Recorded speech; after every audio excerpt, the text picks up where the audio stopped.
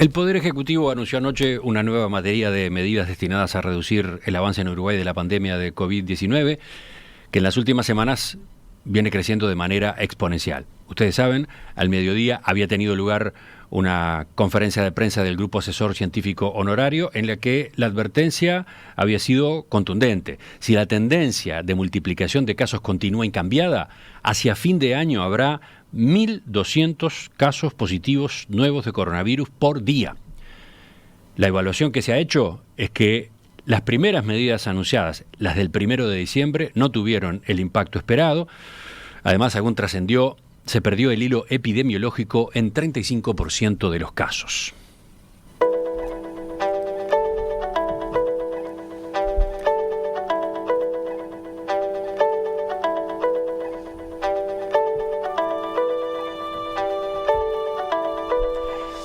Después de una reunión del Consejo de Ministros que duró más de 3 horas, el presidente Luis Lacalle Pou informó que el Poder Ejecutivo enviará hoy al Parlamento un proyecto de ley con carácter grave y urgente para reglamentar el artículo 38 de la Constitución que garantiza el derecho de reunión.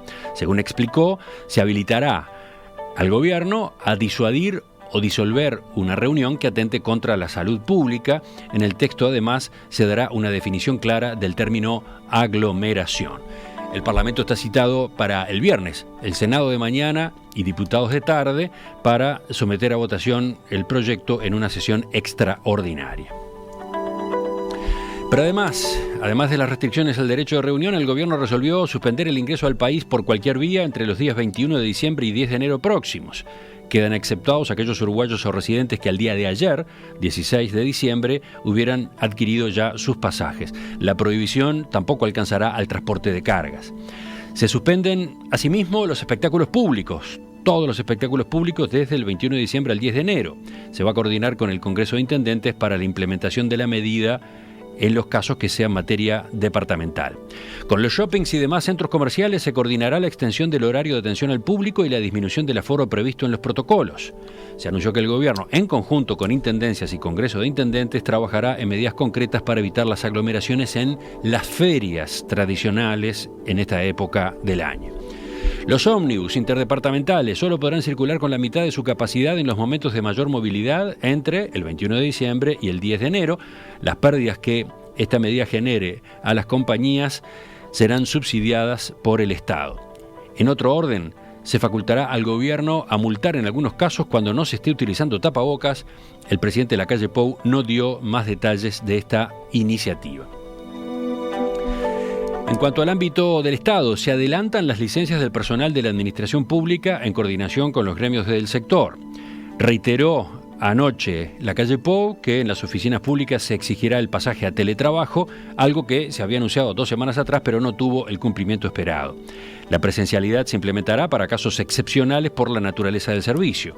Además, los funcionarios públicos mayores de 65 años no concurrirán a las oficinas, como se había dispuesto al comienzo de la emergencia sanitaria en el mes de marzo. Y, por otra parte, se cancelan las actividades de jerarcas del sector público, tales como inauguraciones, reuniones, exposiciones, salvo que haya fundadas razones en contrario. El gobierno asimismo volvió a instar al sector privado a adoptar medidas laborales similares a las del ámbito público, en particular el teletrabajo. Y hubo una atenuación, también hubo una, entre comillas, marcha atrás. El Poder Ejecutivo rehabilitó la actividad deportiva en los gimnasios que se había prohibido hace 2 semanas.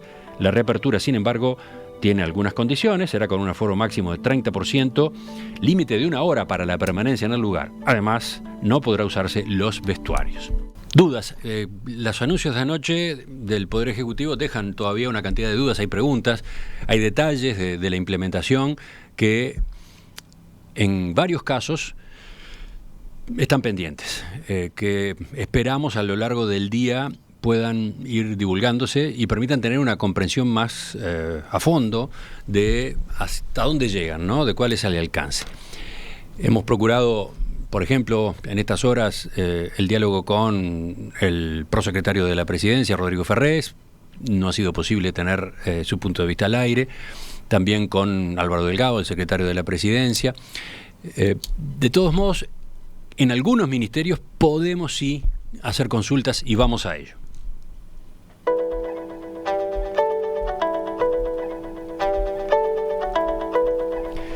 En la administración pública se dispone el adelantamiento de las licencias del personal en coordinación con los gremios del sector. Se exige el pasaje a teletrabajo. La presencialidad queda para casos excepcionales por la naturaleza del servicio. Además, los empleados públicos mayores de 65 años no concurrirán a las oficinas y se cancelan actividades de jerarcas del sector público, tales como inauguraciones, reuniones, exposiciones, salvo fundadas razones. En cuanto al sector privado, se volvió a instar a adoptar medidas laborales similares a las del Estado, en especial teletrabajo. Estamos con el ministro de Trabajo y Seguridad Social, Pablo Mieres. Ministro, buen día. Buen día, ¿cómo están? Un gusto. Bueno, supongo que en el correr del día habrá más información al respecto, pero ¿cómo viene trabajando su cartera en estas disposiciones?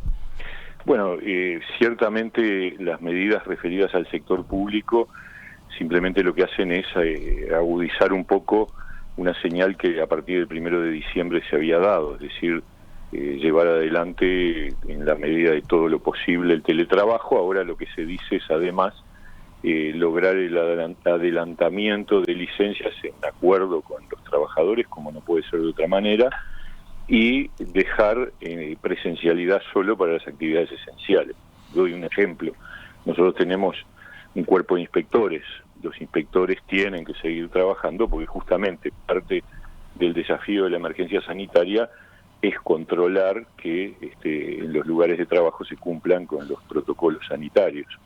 Entonces, hay diversas tareas que son obviamente imposibles de tener, de suspender, pero todas aquellas que sean posibles de suspender, se deben suspender, y por supuesto el teletrabajo es la opción para todos aquellos trabajadores, funcionarios públicos, que no teniendo una tarea esencial, puedan hacerlo desde la casa, ¿no?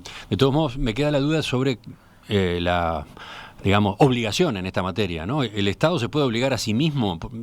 Daba la impresión anoche, en el anuncio del presidente Lacalle Pou, que había un cambio en esta materia con respecto a 1 de diciembre, ¿no? El cambio es que se dice con dos cosas. Una, que se busquen acordar las licencias todas las más posibles.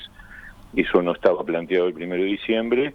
Y dos, que se reduzca la actividad de las oficinas públicas, de los ministerios, de las instituciones públicas, a las actividades esenciales. Antes se decía llevar a teletrabajo todas las que se puedan, ahora se reducen más aún. Bien. Ese es el mensaje. Sí. ¿Romina? Y hay una novedad que es para los mayores de 65 años, el retorno a su domicilio, y por lo tanto nosotros vamos a poner en funcionamiento nuevamente el decreto para el sector privado, porque como... A ver, ¿cómo es eso?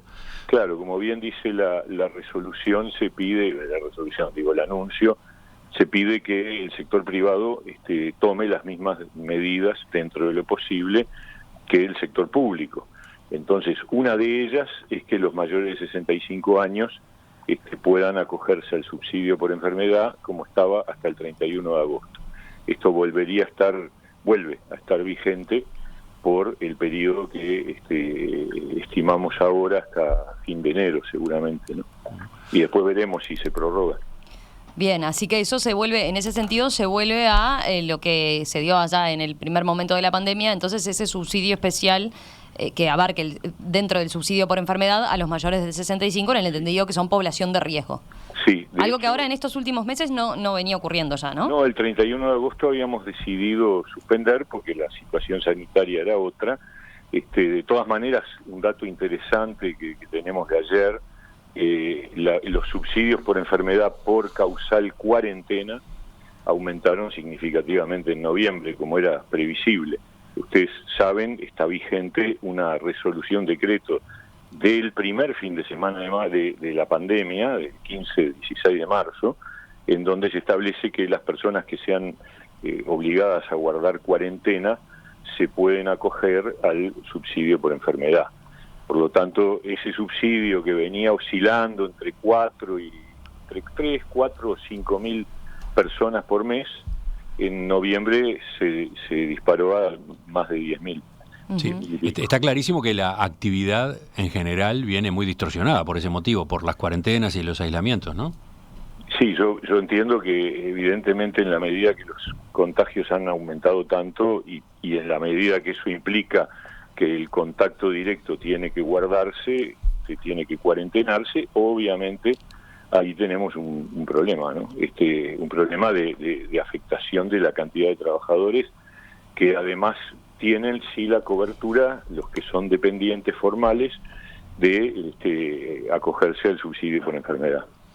Ahí es un punto que capaz que vale la pena aclarar, ¿no? Porque estoy pensando también, se puede instrumentar el teletrabajo, ¿no? Esa opción está. Sí, o sea, ¿de qué depende? ¿De un acuerdo entre el empleador y el trabajador? ¿De si esa cuarentena se lleva a cabo por subsidio por enfermedad o teletrabajo? Exactamente, eso es así, porque en realidad la prescripción médica está, y la persona es contacto directo, debe cuarentenarse, pero puede seguir trabajando en su casa, eso no está prohibido por cuarentena, ¿no? Entonces, en muchos casos seguramente ocurre eso, la persona sigue trabajando, pero en su casa, y lo mismo con el caso de los mayores de 65, la idea es que no estén presenciales. Si el trabajador mayor de 65 puede realizar su tarea desde la casa, no tiene por qué acogerse al subsidio por enfermedad. Uh-huh. Bien. Y otro punto que quizás vale la pena aclarar, si yo, por ejemplo, tuve ese contacto directo con un positivo y por lo tanto tengo que hacer cuarentena, ¿qué pasa con mi núcleo familiar? Bueno, el contacto de contacto tiene que extremar todas las precauciones, pero no se ha establecido que se cuarentene, es decir, que se guarde, que no salga, que no pueda ir a trabajar. Lo que sí tiene es que tener en cuenta que puede haber una persona que resulte positiva. Si resulta positiva, por supuesto, todo el núcleo familiar pasa a cuarentena. Pero mientras no está determinado eso, y es bueno decir que ayer el ministro Salinas, entre las cosas que nos contó, dijo que había aumentado mucho la velocidad del diagnóstico y que además se estaba por poner en funcionamiento un sistema de diagnóstico muchísimo más rápido, es decir, un testeo que permite acceder a los resultados en minutos. Uh-huh. Sí. Eso va a achicar la brecha del riesgo de que la persona que está viviendo con alguien que está sometido a cuarentena por la posibilidad de que sea positivo, bueno, saberlo mucho más rápido y resolver el problema en forma instantánea, ¿no? Claro. Bien, pero vale la pena entonces esa aclaración de que el contacto Sí. de contacto tiene que tomar recaudos, pero no está en cuarentena. Tiene que seguir yendo a trabajar, por ejemplo. Tiene que limitar, si puede hacer teletrabajo, obviamente, idealmente teletrabajo, pero Sí. Y limitar los contactos, pero no está en cuarentena. Exacto. Respecto a ese punto, el teletrabajo en el ámbito privado, en estos días se había planteado, una de las soluciones que se manejaba como una de las posibles medidas que iba a estar arriba de la mesa, era el teletrabajo en el sector privado, pero no ya en este carácter de exhortación como se terminó haciendo, sino establecer como obligatorio. ¿Qué análisis se hizo al respecto? No, es que la obligatoriedad en cuanto al teletrabajo no tiene fundamento jurídico. No podemos nosotros obligar a que la gente vaya, porque sería una tarea extremadamente, yo diría, imposible de cumplir, que el Estado tuviera la capacidad de determinar en cada lugar de trabajo qué puestos de trabajo pueden ser por teletrabajo.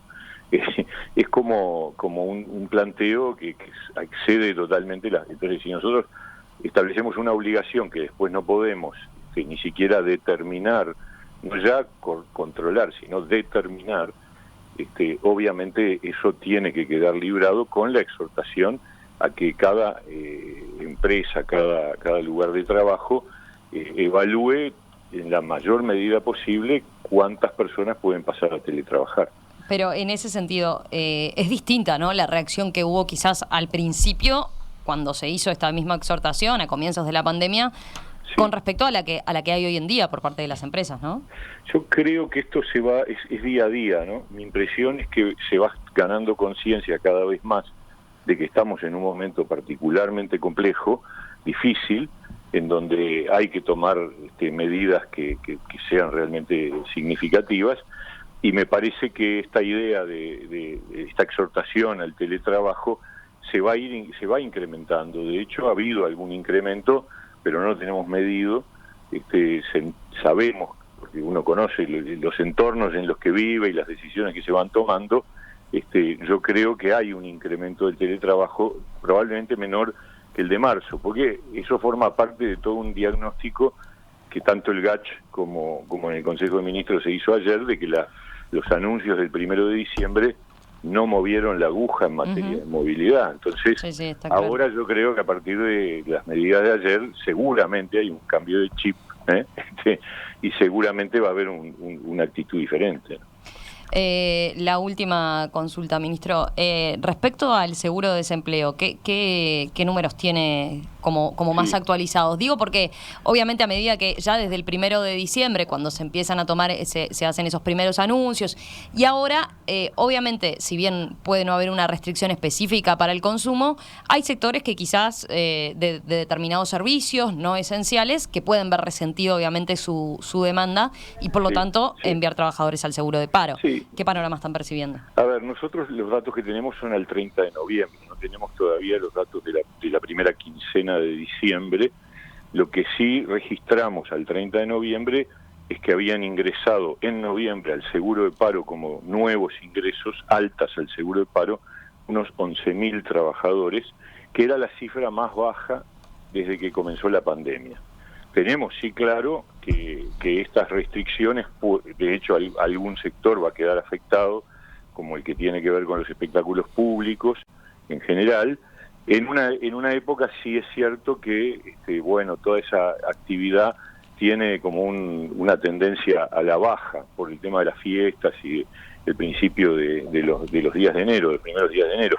Pero de cualquier manera, ahí hay una afectación. Todavía no es muy difícil, hoy no tenemos datos todavía de cuánto puede afectar. Lo que está claro es que ha habido en las decisiones que se tomaron ayer una preocupación por que la gente pueda mantener sus fuentes de trabajo, manteniendo sí los criterios de seguridad sanitaria al máximo, ¿no? Ahí hay un límite complicado de compatibilidad entre la seguridad sanitaria y la actividad laboral. Uh-huh. Para terminar, ministro, la extensión del horario en los shoppings, sí, con la contrapartida de la disminución del aforo, ¿requiere algún tipo de participación especial del Ministerio de Trabajo? ¿De qué manera la están manejando? Obviamente nosotros vamos a inspeccionar esa situación. ¿En qué sentido? ¿De qué manera? Y se tiene que ir al lugar, controlar el aforo, controlar todos los demás implementos de seguridad. La verdad que con toda franqueza que hemos inspeccionado en muy diversos momentos en los shoppings, y tenemos que reconocer que ha habido un nivel de cumplimiento extremadamente alto. Por eso la medida es como hacemos para espaciar al público en unas fechas que sabemos que mucha gente, que se intensifica la presencia del público por las compras de regalos de fin de año, etcétera, etcétera. Entonces, ¿cuál es la jugada? La jugada es ampliar el horario para permitir que la gente se distribuya de una manera más amplia y bajar el aforo, porque tenemos la preocupación de que sea un número que sea manejable, ¿no?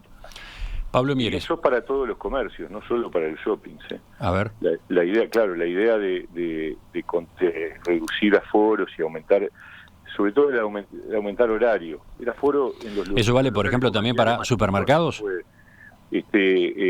Ampliar el horario es una medida dirigida a todo el comercio. ¿Supermercados también?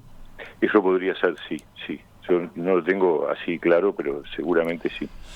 Doctor Pablo Mieres, ministro de Trabajo y Seguridad Social, le agradezco su atención a nuestra llamada esta mañana. No, un gusto, que pasen bien. Hasta luego. Chao. Enseguida vamos a explorar qué es lo que va a ocurrir, qué es lo que va a poder pasar en materia de turismo. Pero antes, y para redondear la entrevista anterior, agrego, Romina, este mensaje de Ignacio. Dice, hay cuestiones de orden técnico a tener en cuenta. No es fácil para ninguna empresa pública o privada montar una gran disponibilidad de VPNs que hagan posible el teletrabajo. Se ha extendido la costumbre de aplaudir a los médicos y al personal de la salud, eso está bien, pero nadie aplaude a los ingenieros que trabajan largas horas para que la presencialidad y el contagio potencial puedan evitarse. Tiene razón. Ignacio se llama, no Guillermo. No Guillermo como el nuestro, ¿te acordás? El arduo trabajo que tuvo, lo tiene hoy en día también, pero en aquel momento cuando montamos aquellos estudios dispersos por la ciudad, bueno, ahí sí que tuvo una labor complicada. Aprovechamos entonces para el reconocimiento a Guillermo Martoni, Juan Martoni y su padre, el equipo de CUBE, que acá, en el caso de En Perspectiva y Radio Mundo, han tenido un papel preponderante, ¿no? Un papel de primera línea, y todavía creo que tienen algunas sorpresas por delante que encarar seguramente.